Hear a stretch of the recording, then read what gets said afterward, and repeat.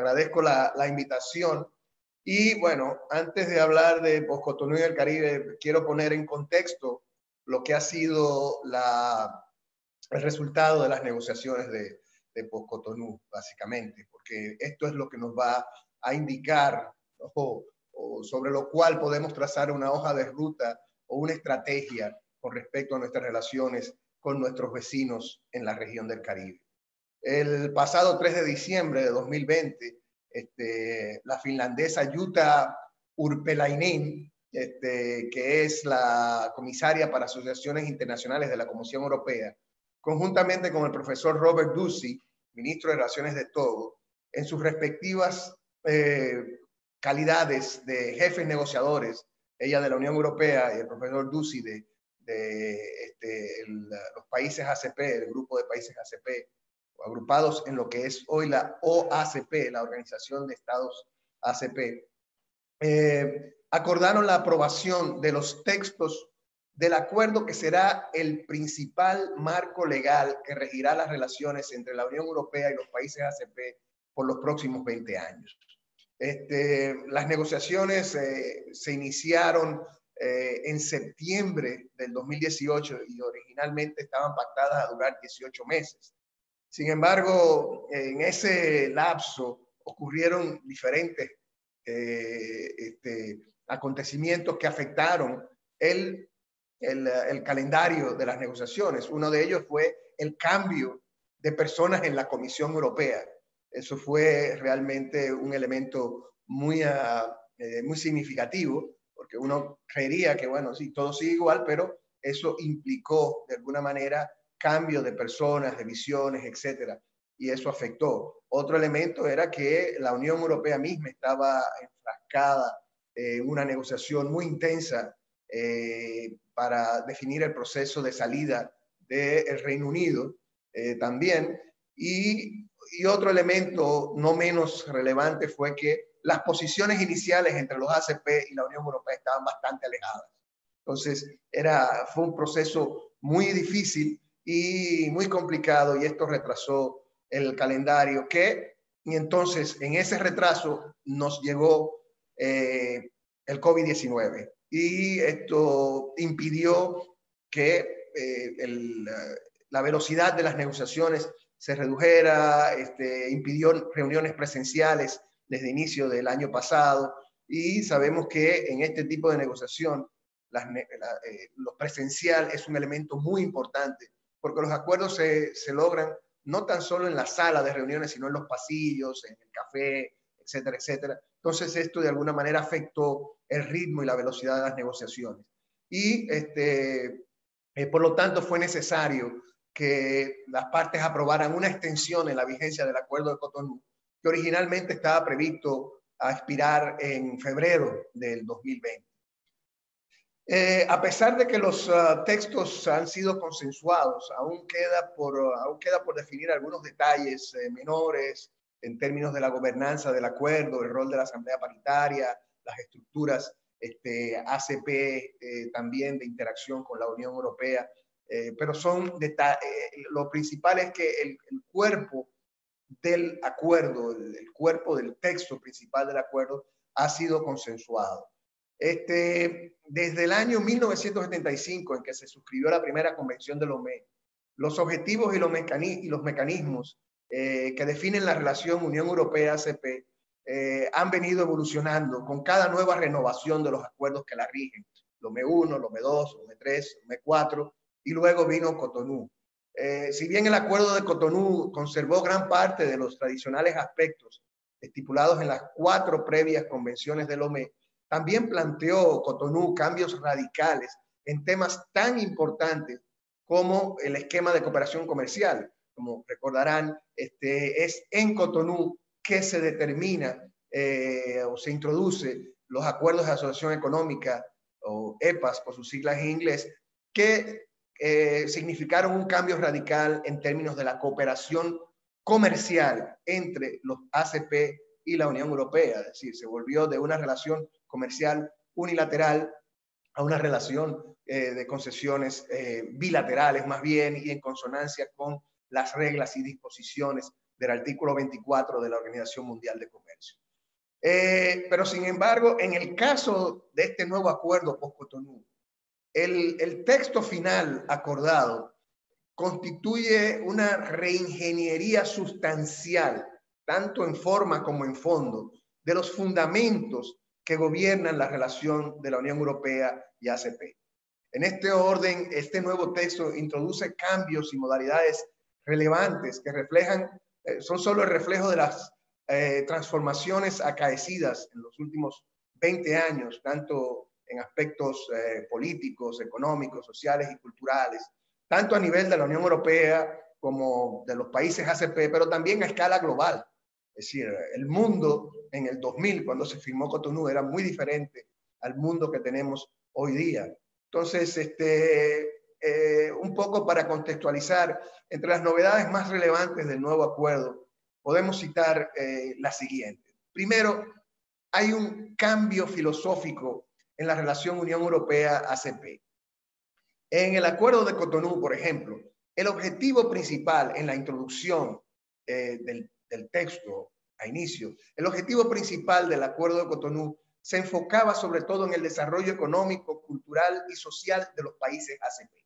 Es decir, había una relación muy marcada norte-sur. Sin embargo, en post-Cotonú se plantea una relación de asociación más horizontal y el objetivo principal se enfoca a fortalecer la relación entre las partes para generar beneficios mutuos. Si vemos que de una relación más norte-sur a una relación mucho más, y esto encaja también con la tendencia que se hizo con en los EPA, básicamente, de una relación unilateral a una relación, ya una relación recíproca, si se quiere, una reciprocidad en términos de las preferencias comerciales. Entonces ya eso es de por sí un cambio filosófico muy importante en términos de nuestras relaciones con la Unión Europea como países ACP. Por otro lado, el nuevo acuerdo plantea un mayor énfasis en la cooperación de las partes para fortalecer los espacios multilaterales y en la construcción de alianzas estratégicas ACP-Unión Europea dentro del marco de foros de alcance global, tales como las Naciones Unidas, la OMC, etcétera, para de manera conjunta, ACP, Unión Europea, impulsar cambios en función de objetivos compartidos, así también como promover el cumplimiento de acuerdos multilaterales tan relevantes como el Acuerdo de París sobre el cambio climático, la Convención sobre Corrupción de las Naciones Unidas, etcétera. Entonces, este nuevo acuerdo esto había estado en Cotonú ya, pero aquí se pone de manera mucho más explícita y mucho más enfática la necesidad de establecer alianzas ACP-Unión Europea en el marco de estos espacios multilaterales. También, como reflejo de la evolución del enfoque del tema de desarrollo, Post-Cotonú se apega a los lineamientos definidos en la Agenda de las Naciones Unidas y sus objetivos de desarrollo sostenible. Al tiempo que también plantea un renovado enfoque en materia del cambio climático y la sostenibilidad ambiental. Entonces, estos son elementos muy relevantes y donde se hace mucho más énfasis que en el acuerdo de Cotonú. También un cambio sustancial del nuevo acuerdo se expresa en la estructura legal de este nuevo acuerdo. Contrario a las convenciones de Lomé y de Cotonú, donde había un solo texto que aplicaba para la Unión Europea y para todos los países ACP, este nuevo acuerdo en su estructura tiene una primera parte en la cual se definen los principios y los objetivos generales para todos los países signatarios, tanto ACP como la Unión Europea. Y esta primera parte se llama el acuerdo base o el Foundation Agreement, básicamente, que aplica a todos los países.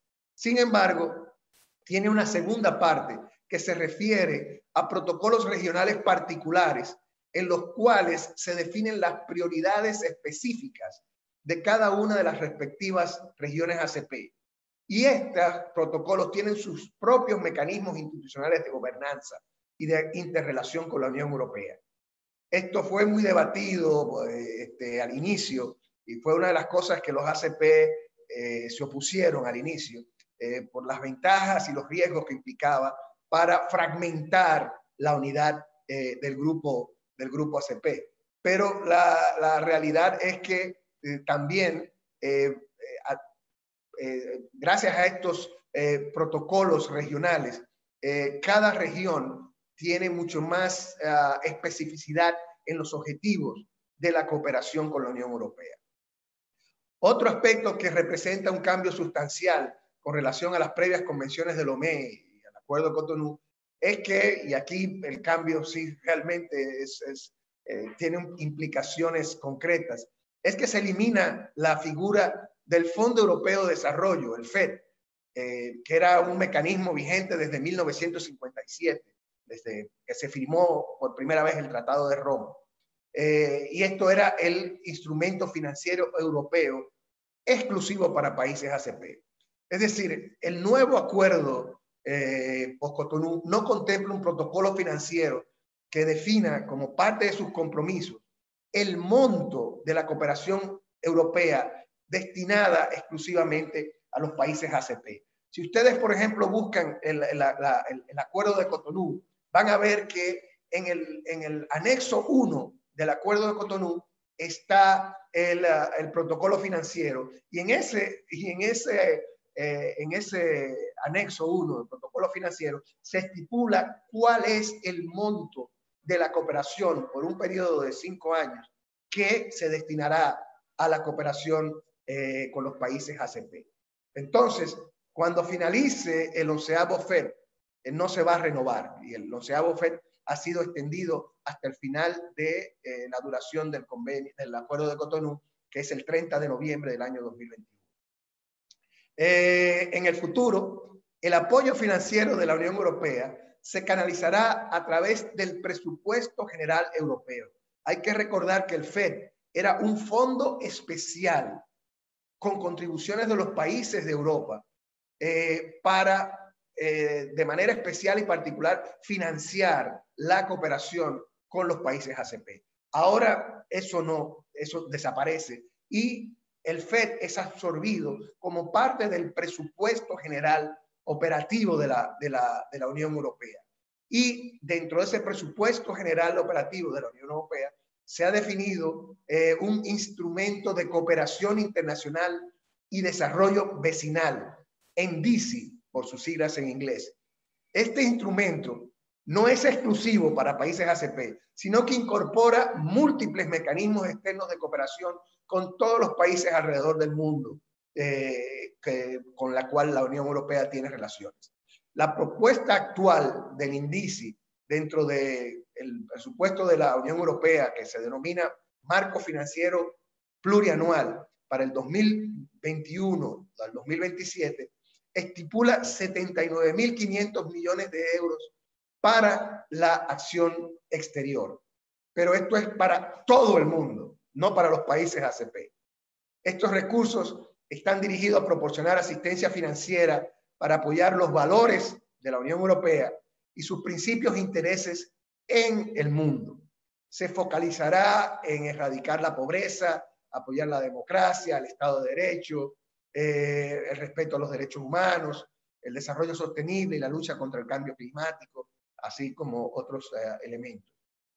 Se aspira sobre todo que el INDICI, este mecanismo, promueva también iniciativas de asociación más fuertes con países de África del Norte, no tan solo África subsahariana, la vecindad europea, que son países del Medio Oriente, Asia, el Pacífico, América Latina y el Caribe, así como otros socios, y que favorezca la coordinación de programas de desarrollo interregionales o intercontinentales también. La estructura del INDICI está conformada por 3 pilares principales. Un pilar geográfico, complementado por un pilar temático y un pilar de respuestas rápidas. El pilar geográfico que es el más sustancial, tiene, la propuesta son de 60.300 millones de euros para intervenciones con regiones o países determinados. Dentro de este pilar geográfico hay varios sobres regionales. Habrá un sobre para África subsahariana, un sobre para países de Medio Oriente, de África del Norte, de Asia, y de América Latina y el Caribe. Entonces, y está llamado, como dije, a apoyar acciones con regiones y países determinados. Luego, el pilar temático, como su nombre lo dice, obedece a temas particulares y asciende a 6.300 millones de euros para apoyar acciones fuera de los programas regionales, pero que tienen alcance global o que son iniciativas de políticas importantes para la Unión Europea. Por su parte, el pilar de respuesta rápida tiene una propuesta de reserva de 3.000 millones de euros para tener la capacidad, para darle la capacidad a la Unión Europea de moverse rápidamente y dar respuestas rápidas, como su nombre lo indica, para el manejo de crisis y prevención de conflictos alrededor del mundo. Como ya he indicado, el pilar geográfico habrá partidas regionales para montos de la vecindad, que son países de África del Norte y el cercano Oriente. Para Asia y el Pacífico se destinan 8.000 millones de euros. Para África subsahariana, que es una de las principales prioridades de la Unión Europea, se destinan 29.000 millones de euros. Y para América Latina y el Caribe, apenas 3.300 millones de euros. Entonces, esto es para área de interés estratégico de la Unión Europea. Aparte, este mecanismo, el DICI, la Unión Europea también tiene otras líneas de financiamiento importantes para sobreayuda humanitaria, acción externa, seguridad común, para territorios de ultramar, y para, también se destinan alrededor de 9.000 millones para circunstancias no previstas. Esto es el contexto general de lo que Post-Cotonú plantea. Obviamente hay muchísimo más, pero quise sacar los elementos más relevantes. Y ya entrando en materia del Protocolo del Caribe, que es la segunda parte del Acuerdo de Cotonú, este Protocolo del Caribe complementa y expande desde la perspectiva de las prioridades caribeñas los diferentes aspectos establecidos en el Acuerdo base de Post-Cotonú.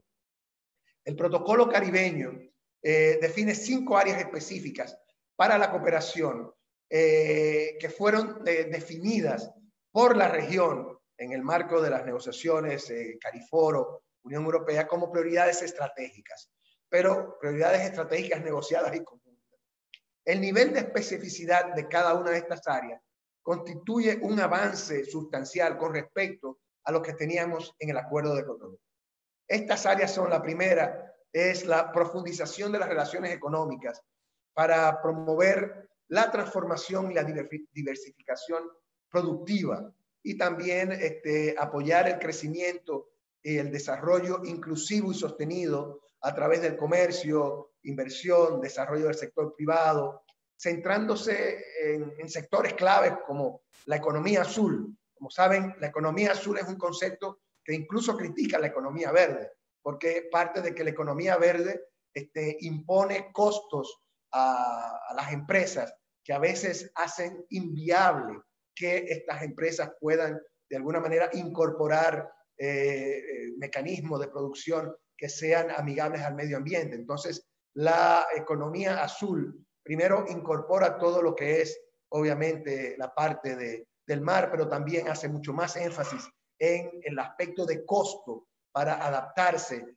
a los aspectos de facilitación de producción acorde con el medio ambiente.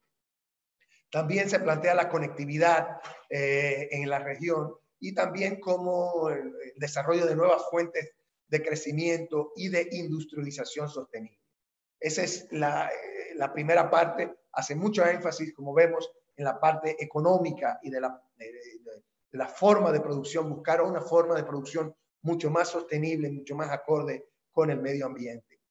El segundo tema en el Caribe es mejorar la sostenibilidad ambiental y la resiliencia climática a través del manejo de los recursos naturales y del fortalecimiento en la gestión de desastres. Sabemos que el Caribe es una región altamente vulnerable y tenemos varios ejemplos en los últimos años de esta vulnerabilidad a la que todos estamos expuestos en esta región. Luego, un tercer tema es la conformación de sociedades inclusivas, pacíficas y seguras, con la promoción de los recursos, la formación de recursos humanos, igualdad de género, justicia y gobernanza. También una cuarta área de la cooperación es la inversión en desarrollo humano y rural y social, atendiendo a la pobreza y también tratando de disminuir las inequidades para asegurar un crecimiento mucho más equitativo y sostenible. Finalmente, en el Protocolo del Caribe, uno de los elementos, el quinto tema importante es con respecto a la migración. Se hace énfasis en el aprovechamiento de los beneficios de una migración bien gestionada y los conocimientos, la capacidad empresarial y la inversión que puede generar la diáspora. Y eso es un elemento muy importante. Luego hay otros aspectos relevantes que resaltar en el Protocolo Regional del Caribe, como es el reconocimiento específico a la vulnerabilidad inherente a los pequeños estados insulares en desarrollo, los llamados SIDS, por sus siglas en inglés. Como sabemos, en la región del Caribe, Cariforo está compuesto por 15 estados, 16 si contamos Cuba, y de estos 16, 13 estados son insulares. Entonces, de ahí este énfasis y la importancia del reconocimiento a las vulnerabilidades a los pequeños estados insulares en desarrollo. Y se plantea también para estos estados el apoyo a la aceleración de la transición del uso de energías renovables dentro de las redes de políticas globales. El Protocolo Caribe, Unión Europea, también le presta especial atención a Haití. Recordemos que Haití es el único país catalogada como PMA, país menos avanzado de la región. Y sobre todo se enfoca en la articulación de las debilidades estructurales de este país con las prioridades estratégicas de la región, como una manera de impulsar el crecimiento económico y fortalecer el desarrollo institucional haitiano. Entonces, Haití, de manera específica, es un área de interés, no tan solo a nivel de todo el acuerdo de Cotonú, sino en el contexto de este protocolo regional. También el nuevo texto en lo que se refiere a las relaciones Unión Europea-Caribe enfatiza la promoción del principio general de la integración y la cooperación regional y reconoce la necesidad de un fortalecimiento complementario entre las políticas regionales y las capacidades nacionales. Y obviamente ya Tayana abordó los diferentes mecanismos y esquemas que hay en el Caribe y distinguiendo sobre todo en los que son esquemas de integración formal, como es la CARICOM, como es la OECO, la Organización de Estados del Caribe Oriental, que son esquemas de integración formales. Y mientras que hay esquemas de cooperación regional, como es Cariforo, como es la Asociación de Estados del Caribe, como son otros esquemas más ampliados y sectoriales en la región.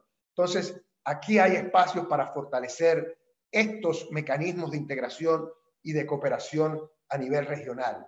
Esto no quiere decir que van a empujar la integración o la membresía de República Dominicana a CARICOM, ni mucho menos, pero sí fortalecer iniciativas dentro de CARICOM y de la OECO para tener una integración más cohesionada.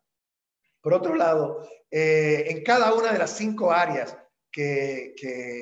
estratégicas definidas, el protocolo caribeño también aboga por intervenciones de política enfocadas para las comunidades vulnerables, las cuales abarcan a mujeres, jóvenes, niños, niñas, ancianos indígenas y personas con discapacidad, así como también grupos raciales en minoría en cada uno de los países. También estipula provisiones innovadoras para la mitigación de emergencias de salud globales como la pandemia del COVID-19. En el aspecto de la cooperación comercial, el protocolo Europa-Caribe complementa al acuerdo de asociación económica que hay entre CARIFORUM y la Unión Europea, buscando aprovechar más y mejor las disposiciones del EPA, pero sin incorporar nuevos compromisos comerciales. Si no hay nuevos compromisos comerciales adicionales, el EPA sigue siendo un acuerdo independiente, un acuerdo de comercio. Sin embargo, post-Cotonú toma en cuenta el EPA y también provee una plataforma para una mejor y más eficiente implementación de los compromisos del EPA. En adición, también se establece el compromiso de facilitar apoyo a los países de la región para que puedan implementar el acuerdo de facilitación de comercio de la OMC. Esto es con respecto al Caribe. Ya con respecto a República Dominicana, un poco para finalizar, unas breves consideraciones de post-Cotonú para la República Dominicana. A nivel técnico, la República Dominicana tuvo una activa participación en el proceso de negociación post-Cotonú, y en esto debo resaltar el papel que jugó la Embajada Dominicana en Bruselas, a la cabeza con el embajador Aníbal de Castro, pero muy específicamente con personas como Ángela Bigliota y David Puy, que estuvieron siguiendo a nivel técnico todas estas negociaciones y participando de manera activa y dándonos apoyo aquí a el grupo desde República Dominicana en Cancillería, que estuvimos también participando en estas negociaciones. El país fue designado dentro del equipo negociador ministerial para el protocolo regional, aunque lamentablemente la participación a nivel ministerial fue muy limitada y como ya se planteó anteriormente, siempre estuvimos, cada vez que había reuniones ministeriales, estábamos representados a nivel de viceministro o a nivel de embajador y a veces a nivel de oficiales. Entonces, a esos espacios políticos realmente que se referían anteriormente es algo que debemos trabajar para quitar esta visión que se tiene de República Dominicana, que no importantiza ciertos temas y que muchas veces hace que el trabajo que se hace a nivel técnico no tenga la incidencia política regional que debe tener. En todo caso, el país pudo incidir en la definición de varios temas relevantes y de interés en el acuerdo base y en el protocolo regional, como dije, a nivel técnico, en temas de materia de derechos humanos, migración, cambio climático, seguridad y aspectos comerciales de interés para el país, agricultura, comercio de servicios, propiedad intelectual, entre otros. En los últimos 30 años, la República Dominicana ha sido beneficiada con alrededor de 687 millones por concepto de cooperación no reembolsable solamente para el financiamiento de proyectos nacionales. También hemos participado a nivel regional, en estos 30 años hemos participado activamente en muchas iniciativas regionales. Sin embargo, la eliminación del FED como un fondo exclusivo para países ACP y su incorporación dentro del INDICI o del presupuesto general de la Unión Europea, así como el hecho de que el país ha sido catalogado como país de renta media alta, esto constituye dos aspectos poco favorables y que de alguna manera auguran una reducción en los montos de cooperación no reembolsable para el país, estos fondos que han sido tan relevantes para nosotros en las últimas 3 décadas. Lo mismo aplica para otros instrumentos financieros europeos que de alguna manera han beneficiado al país, así como son el instrumento de cooperación y desarrollo y el instrumento de cooperación con países terceros. Esta realidad es compartida en mayor o menor medida por la mayoría de los países del Caribe, con la excepción de Haití quizás. Aunque aún no se ha definido el sobre geográfico que corresponderá específicamente al Caribe, puede preverse que habrá ciertos recortes en comparación con los recursos asignados para la región en el 11º FED, tanto a nivel nacional como a nivel regional. Sobre todo si tomamos en cuenta que, por ejemplo, los recursos definidos para África subsahariana, que asciende a 29.000 millones. Recuérdense que para América Latina y el Caribe solamente hay 3.9 billones o 3.900 millones. Es decir, África es más de 5 veces el monto asignado a América Latina y al Caribe. Para África hay 3.000 millones menos de lo que originalmente se había propuesto. Entonces, esto nos da más o menos una cierto sentido de cómo vendrán las cosas para la región. Esto obligará a nuestro país a desarrollar una mayor capacidad propositiva para insertarse en iniciativas regionales con los demás países del Caribe, miembros de CARIFORO, así como dependencias y territorios europeos de la región. No queda claro si la Unión Europea continuará financiando al directorado de CARIFORO. De hecho, todavía hay muchas preguntas con respecto al financiamiento de la Unión Europea a la Organización de Estados ACP. Entonces, todavía eso no queda claro.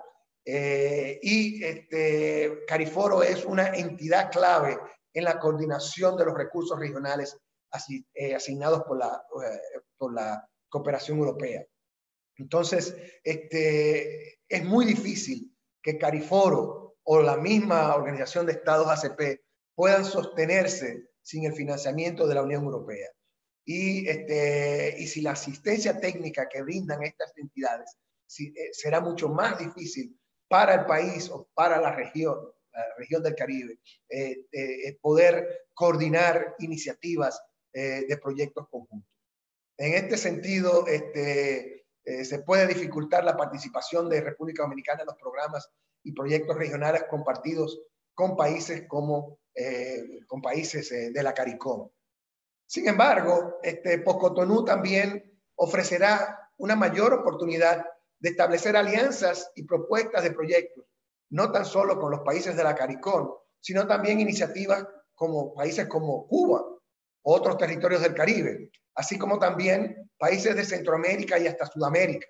Entonces, de ahí es que digo que se va a necesitar definir una mayor capacidad propositiva que vaya en consonancia con una política exterior o una estrategia de política exterior hacia el Caribe, hacia la Unión Europea, que, como decía Tayana, mucho más coherente, pero también, sobre todo, mucho más sostenible. La Unión Europea seguirá siendo un socio estratégico muy relevante para temas comerciales y políticos, por lo que nuestro país, como dije anteriormente, deberá continuar desplegando una mayor coherencia diplomática a fin de sacar un mayor provecho posible de nuestra relación en el marco del acuerdo de Post-Cotonú. Y me solidarizo mucho con la viceministra Vilma Arbaje, pero y todos los que hemos estado vinculados de una manera u otra en nuestras relaciones con la CARICOM, en algún momento hemos desfallecido y nos hemos desencantado. Sin embargo, no tenemos opción. No nos vamos a mudar para Centroamérica, que dicho sea de paso, tampoco nos quieren mucho. No nos vamos a mudar para Europa ni para Latinoamérica. Esta es la realidad geográfica, política, económica, cultural que tenemos. Somos un país caribeño y necesitamos de una manera u otra seguir extendiendo nuestra relación con los países del Caribe. Esto no implica bajo ningún contexto ser miembro de pleno derecho de CARICOM, pero no quita que podamos tener una mejor relación con la CARICOM, empezando sobre todo por desplegar esfuerzos, por fortalecer nuestras relaciones bilaterales con países dentro de la CARICOM que se han mostrado interés en la República Dominicana, como Jamaica, como Antigua y Barbuda, como Trinidad y Tobago, y de alguna manera u otra así seguir consolidando nuestra posición en el Caribe de una manera mucho más sostenible. Lo dejo aquí y cualquier duda, más bien creo que en una sesión de preguntas y respuestas podemos elaborar más al respecto. Muchas gracias de nuevo por la invitación y la iniciativa.